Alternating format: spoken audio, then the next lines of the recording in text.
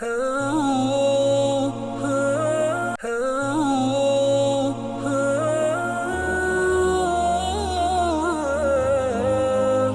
அல் மஸ்ஜித் நபவி மதீனாவுடைய குத்பா ஷேக் ஸலாஹுல் புதைர் ஹஃபிதுல்லாஹ் இருந்தார்கள். அந்த குத்பாவும் ஹஜ்ஜுடைய அந்த அமல் அடையாள சின்னத்தின் இந்த வட்டாரத்திலே சில புத்திமதிகளும் உபதேசங்களும். ஹம்து ஸலவாத் தக்வாவுடைய வசியத்துக்கு பின்னால் ஹாஜிகளே, உம்ரா அதே போன்று ஹரம் ஷரீஃபுல் தரிசிக்க வந்தவர்களே, நீங்கள் உங்கள் வரவு நல்வரவு உண்டாகட்டும். உங்களுக்கு நீங்கள் நல்ல நன்மைகளை கொள்ளடித்துக் கொள்ளுங்கள். உங்களுடைய வருகை மனமான வருகை, ரஹ்மத் உங்களை மூடிக்கொள்ளட்டும். உங்களுக்கு ஹரமைன் ஷரீஃபை பரிசுத்த பூமிகளை தரிசிப்பதில் உங்களுக்கு சுபசோபனம் உண்டாகட்டும். ஒளிமயமான பரிசுத்தமான உயர்ந்த உன்னதமான இடங்களை நீங்கள் தரிசித்துக்கிறீர்கள். மக்கா முக்கர்ரமா, மதீனா முனவ்வரா, இரண்டும் பரிசுத்தமான கண்ணியமான இடங்கள். இரண்டுமே சந்திக்க அதை யாரெல்லாம் தரிசிப்பார்களோ அவர்களுடைய ஆத்மாக்கள் மிகவும் பாக்கியம் அடையும். அதே நேரம் அதை பார்க்கின்ற கண்கள், உள்ளங்கள் எல்லாம் மன நிம்மதி அடையும். உள்ளங்கள் எல்லாம் எப்பொழுதுமே சந்தோஷம் பெருக்கிட்டு மகிழ்ச்சி பெருக்கிட்டு வடியும். அந்த அளவுக்கு ஒரு சிறந்த இடம். உள்ளத்தில் ஒரு விரிவு ஏற்படும். அடியார்கள் அந்த இரண்டுடைய பரக்கத்தின் மூலம் பல நலவுகளையும் பல பாக்கியங்களையும் லாபங்களையும் கொள்ளடித்துக் கொள்வார்கள். அபூ ஹுரைரா ரலியல்லாஹு அறிவிக்கிறார்கள், ரசூலுல்லாஹ் சொன்னார்கள், எந்த 3 மஸ்ஜிதுகளுக்கு தான் கட்டுச்சாதனங்கள் தயாரித்து பிரயாண நோக்கத்தோடு நாங்கள் பிரயாணிக்க முடியும். அதாவது மஸ்ஜித் ஹராம், என்னுடைய இந்த மஸ்ஜித் நபவி, அதே நேரம் மஸ்ஜிதுல் அக்ஸா. புகாரி முஸ்லிம் ரஹ்மத்துல்லாஹி ஜாபிர் அறிவிக்கிறார், ரசூலுல்லாஹ் சொன்னார்கள், நீங்கள் வாகனங்கள் பிரயாணம், ஒட்டகங்கள், குதிரைகள், கழுதைகள் போன்ற வாகனங்கள் பிரயாணம் செய்து வருவதற்கு உகந்த இடம், மிக சிறந்த இடம் என்னுடைய மஸ்ஜித். அதுக்கு அடுத்தது காபத்துல்லா என்று சொன்னார்கள் அஹ்மது ரஹ்மத்துல்லாஹி. எனவே ஹாஜிகளே, அம்மார்களே, தரிசிக்க வந்த நல்லடியார்களே, நல்ல அருள் காட்டு வீசின இடத்தில் இருக்கிறீர்கள், ரஹ்மத் இறங்குகின்ற இடத்தில் இருக்கிறீர்கள், பரக்கத்துகள் இறங்குகின்ற இடத்தில் இருக்கிறீர்கள், நலவுகள் சரிவாக இருக்கின்ற இடத்தில் இருக்கிறீர்கள். எனவே யார் காபத்துல்லாஹ் நாடி ஹராம், ஹஜ்ஜுடைய ஹராமோடு வந்தாரோ அவர் பாவம் செய்யக்கூடாது, அல்லாஹ்வுக்கு மாறுபாடு செய்யக்கூடாது, அனுமதிக்கப்பட விடயங்கள் செய்யக்கூடாது, எந்த விதமான தவறுகளில் ஈடுபடக்கூடாது. அப்படி இருந்தால்தான் மன்னிப்பு கிடைக்கும். முன் பாவங்கள் மன்னிக்கப்படும், பின் பாவங்கள் மன்னிக்கப்படும். அபூ ஹுரைரா ரலியல்லாஹு ஹதீஸ், யார் ஹஜ்ஜி செய்து பாவம் செய்யவில்லை, அல்லாஹ்வுக்கு மாறுபாடு செய்யவில்லை, அனுமதிக்கப்படாத விடயங்களை தவிர்த்து ஒழுங்காக ஹஜ்ஜி செய்வாரோ அவருடைய தாய் அவரை பெற்றெடுத்த தினத்தில் அவர் குழந்தையாக இருந்தது போன்று, அன்று பிறந்த பாலகன் போன்று திரும்புவார். புகாரி முஸ்லிம் ரஹ்மத்துல்லாஹி. அபூ ஹுரைரா ஹதீஸ் சொன்ன ஒரு உம்ரா இன்னும் ஒரு உம்ரா வரைக்கும் இடையில் ஏற்பட்ட பாவங்களை குற்ற பரிகாரம், ஒரு ஹஜ் மப்ரூர் இருக்கிறது, நலவுகள் நிறைந்த பாவமற்ற களப்பற்ற தூய்மையான நல்ல ஹஜ், ஏற்றுக்கொள்ளப்பட்ட ஹஜ், அதுக்கு சுவர்க்கத்தை தவிர வேறு கூலி கிடையாது. புகாரி முஸ்லிம் ரஹ்மத்துல்லாஹி. ஹாஜிகளே, பொதுவாக நீங்கள் இந்த ஹரமைன் ஷரீஃபைனை நீங்கள் 2 ஹரம்களையும் கண்ணியப்படுத்துங்கள், மரியாதையை பேணி நடங்கள், அவருடைய சங்கையை பேணி கொள்ளுங்கள், எப்பொழுதுமே அவருடைய உயர்வை நீங்கள் புரிந்து நடங்கள். அதுக்கு களங்கம் ஏற்படுத்தும் எந்த செயல்களிலும் நீங்கள் ஈடுபட வேண்டாம். நீங்கள் வீண் விவாதம் புரிய வேண்டாம். அதே போன்று வீண் பிணக்குகளிலே, பிரச்சனைகளை, வாய்த்தர்க்கங்களிலே, உங்களுக்கு மத்தியிலே தொடர்புகளை துண்டித்து ஒதுங்கி நடப்பதை நீங்கள் தவிர்த்து கொள்ளுங்கள். பிரச்சனைகளை தவிர்த்து கொள்ளுங்கள், கருத்து முரண்பாடுகளை தவிர்த்து கொள்ளுங்கள், வீண் வேற்றுமைகளை தவிர்த்து கொள்ளுங்கள். எப்பொழுதும் உடைய ஹஜ்ஜை விவாதங்களுக்கும் சண்டை சச்சரவுக்கும் உரித்தானதாக ஆக்கிக் கொள்ள வேண்டாம். மோதல்களுக்கு உரித்தானதாக, பகைமைகளுக்கு உரித்தானதாக, விரோதங்கள் குரோதங்களுக்கு உரித்தானதாக ஆக்கிவிட வேண்டாம். நீங்கள் எப்பொழுதுமே ஒருவருக்கொரு ஏசிக்கொள்வது, திட்டிக்கொள்வது, ஒருவருக்கு ஒரு வாய் தர்க்கம் புரிந்து கொள்வது, ஒருவருக்கொருவர் வசை பாடிக்கொள்வது, இப்படியான விடயங்களிலே கத்தி கூச்சலிடுவது,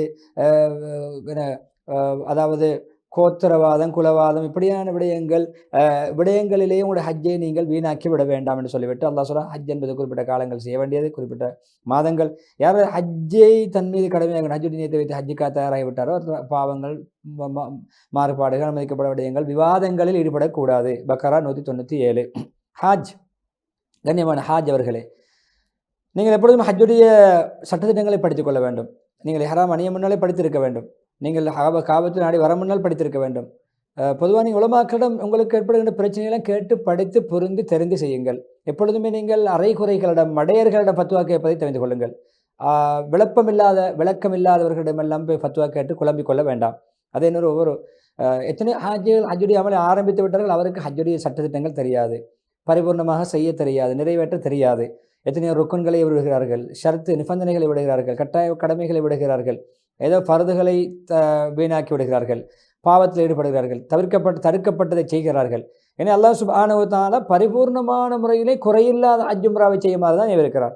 அத்திமுல் ஹஜ்ஜ வல் உம்ரத லில்லாஹ், அல்லாஹ்வுக்காக வேண்டிய ஹஜ்ஜையும் உம்ராவையும் பரிபூர்ணமாக குறையின்றி நிறைவேற்றுங்கள், அல்லாஹ்வுக்காக நிறைவேற்றுங்கள். 196.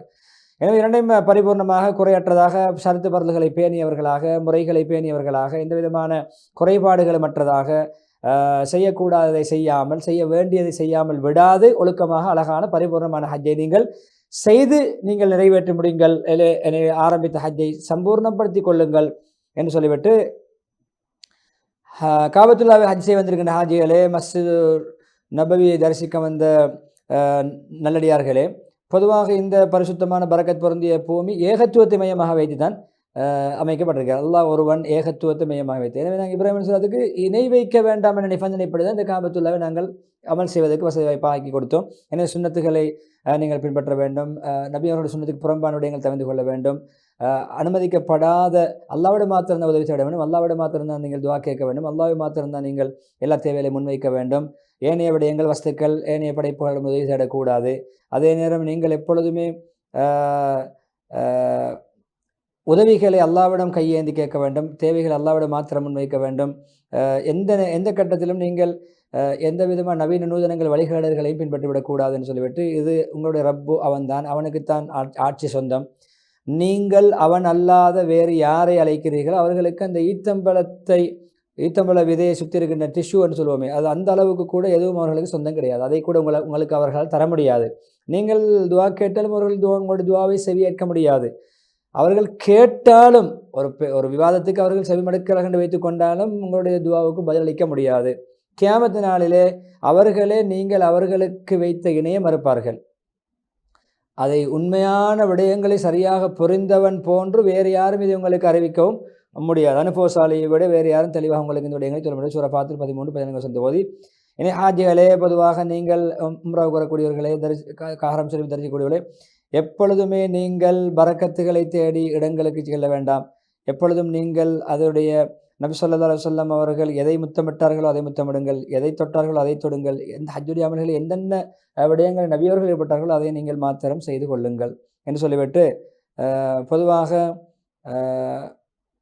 அந்த முத்தமிடுவனை ஹஜ்ஜுல் அஸ்வத் முத்தமிடுவது, எதற்கு கையால் சாடை செய்ய முத்தமிடுவது அதை செய்து கொள்வது, முல்தசம் என்று சொல்லக்கூடிய இடம் ஹஜ்ஜுல் அஸ்வதுக்கும் அந்த கபத்துடைய வாசல் இடைப்பட்ட இடம், நபியோட நெஞ்சை முகத்தையும் வைத்து அல்லாஹ்விடத்தில் கஞ்சி துவா கேட்க வேண்டும். மற்றவர்கள் டிஸ்டர்ப் பண்ணக்கூடாது. முல்தசமோடு அண்டி நெஞ்சை இருத்தி நல்ல ஒட்டி நாங்கள் துவா கேட்க வேண்டும். அதில் மூலம் மக்களுக்கு நோவினை ஏற்படுத்தக்கூடாது, நெரிசல் ஏற்படுத்தக்கூடாது, பிறருக்கு தொந்தரவு ஏற்படுத்தக்கூடாது.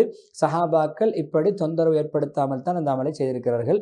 எனவே ஹாஜிகளே, முதல் குத்பா இறுதி கட்டத்திலே பலகீனர்களுக்கு நீங்கள் இரக்கம் காட்டுங்கள். சிறுவர்கள், வயோதிபர்கள், பெண்கள், நோயாளிகள், அவர்கள் நோவினைப்படுத்த வேண்டாம், அவர்களை தள்ள வேண்டாம், அவர்களை நீங்கள் நெருக்கடிக்குள்ளாக்க வேண்டாம். அவர்களை கொஞ்சம் இடம் கொடுங்கள். சிறுவர்கள், சிறுமிகள், பெண்கள், வயோதிபர்கள், நோயாளிகள், அவர்களை தள்ளிவிட்டு கொண்டு உதறி தள்ளி கொண்டு அடித்துடைத்து கொண்டு போக வேண்டாம்.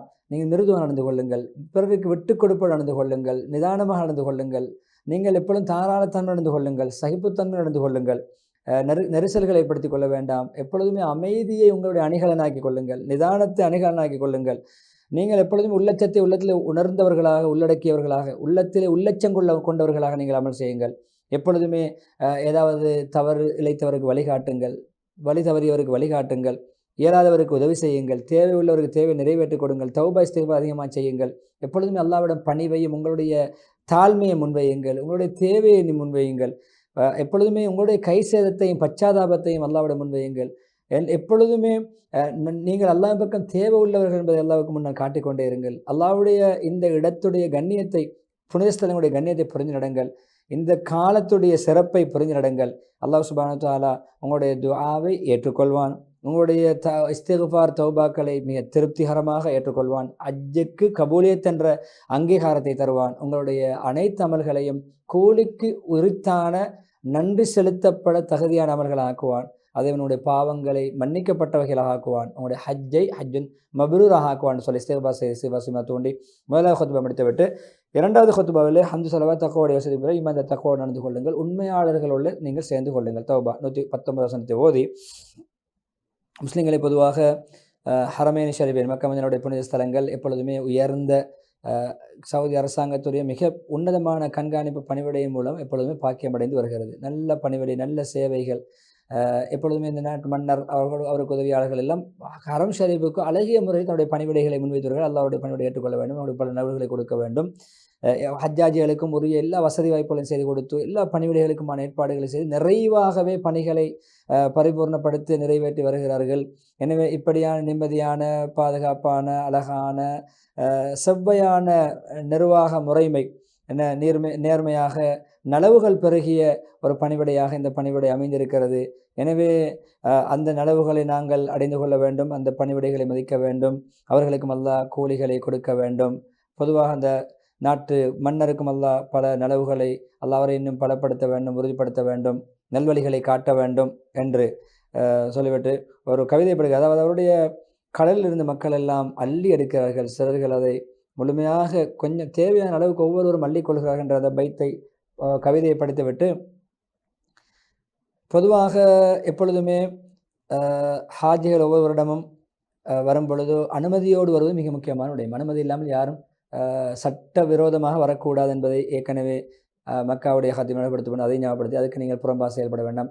அரசாங்கம் ஒரு முடிவெடுத்து உலமாக்களுடைய வழிகாட்டலிலே அனுமதி பெற்றவர்கள், ஹஜ்ஜுடைய விசா எடுத்தவர்கள் தனியார் ஹஜ்ஜை நிறைவேற்ற வேண்டும், ஏனையவர்கள் தவிர்த்து கொள்ள வேண்டும் என்ற அந்த விடயத்தை சொல்லி இறுதியாக பொதுவாக ஹராம்களில் ஈடுபட வேண்டாம், சட்டத்துக்கு புறம்பான விடயங்களை நீங்கள் தவிர்த்து கொள்ளுங்கள், அதாவது ஹராம் இல்லாமல் எல்லைகளை தாண்ட வேண்டாம். பொதுவாக நீங்கள் என்ன கூலியை நாடுகிறீர்கள், எந்த கூலியை நீங்கள் இலக்காக கொள்கிறீர்கள். எனவே இப்படியான அனுமதி தகாத முறையிலே சட்டவிரோதமாக அமலை செய்து எப்படித்தான் நீங்கள் கூலி அல்லாவிடம் எதிர்பார்க்க முடியும்? நாட்டுடைய அரசாங்கத்துடைய அனுமதி இல்லாமல் நீங்கள் செய்ய. எனவே இப்படியான அதற்கு நீங்கள் இன்ஃப்ளூயன்ஸுகளை பாவிப்பது, அதுக்கு செல்வாக்குகளை பாவிப்பதை நீங்கள் தவிர்த்து கொள்ளுங்கள். தவறு செய்துவிட்டு செல்வாக்குகளை பாவிப்பதை எப்பொழுதுமே நீங்கள் புத்திசாலித்தனமாக அகப்பார்வையோடு செயல்படுங்கள். இந்த முடிவுக்கு நீங்கள் எப்பொழுதுமே மதிப்பளியுங்கள் என்ற அதனுடைய பிரயோசனங்கள் அதன் மூலம் அடைந்து கொள்ளுங்கள் என்று சொல்லி சலவாத்து ஆயத்தை ஓதி நீண்ட துவா பிரார்த்தனையோடு சலாஹுல் புதீர் ஹபிதுல்லா அவர்கள் மதீனா முனவரோட ஹுத்பாவுக்கு முற்றுப்புள்ளி வைக்கிறார்கள். விளம்பர இடைவெளி தொடர்ந்து மஸ்ஜிதுல் அக்ஸாவுடைய ஹுத்பாவின் மொழிபெயர்ப்பை இன்ஷா அல்லாஹ் நாம் பார்க்கலாம்.